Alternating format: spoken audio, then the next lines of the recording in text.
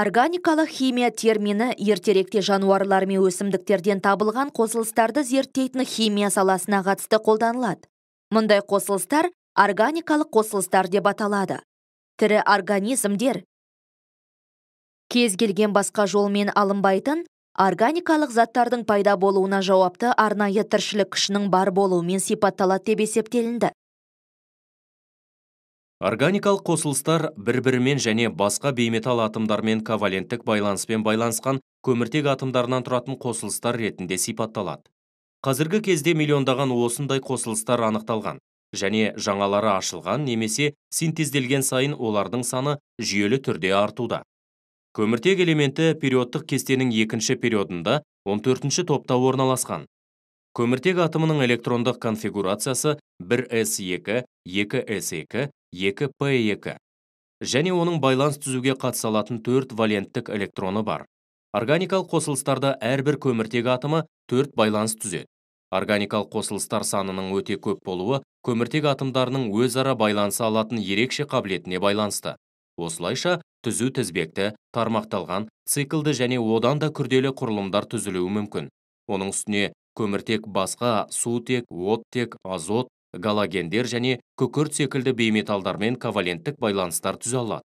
Бұдан мүмкін комбинациялар саны одан да арта түседі. Жер бетіндегі барлық тірі организмдер органикалық молекулалардан тұрады. Мысалы, коллаген тығыз үштік шиыршыққа айқаса оралған 3 полипептидті жіптен құрылған және біздің денеміздің негізгі құрылымдық ағуызы болып табылады. Біздің дене температурамызда биохимиялық реакциялардың тиімді жүруін қамтамасыз ететін катализаторлар болып саналатын ферменттер өте күрделі органикалық молекулалар. Біз ағуыздар, көмірсулар және майлар секілді органикалық қосылыстармен қоректенеміз. Пестицидтер дегеніміз егінді әртүрлі шіркейлерден, арамшөптер мен өсімдік ауруларынан қорғайтын органикалық қосылыстар.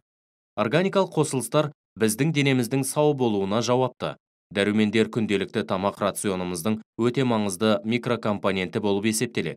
Олар бізді адам денесінде синтезделе алмайтын қосылыстармен қамтамасыз етеді.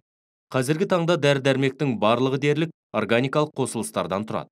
Органикалық молекулалар магнитті таспалар немесе компакт дискілер секілді ақпарат тасымалдаушылар ретінде ерекше рөл атқарады.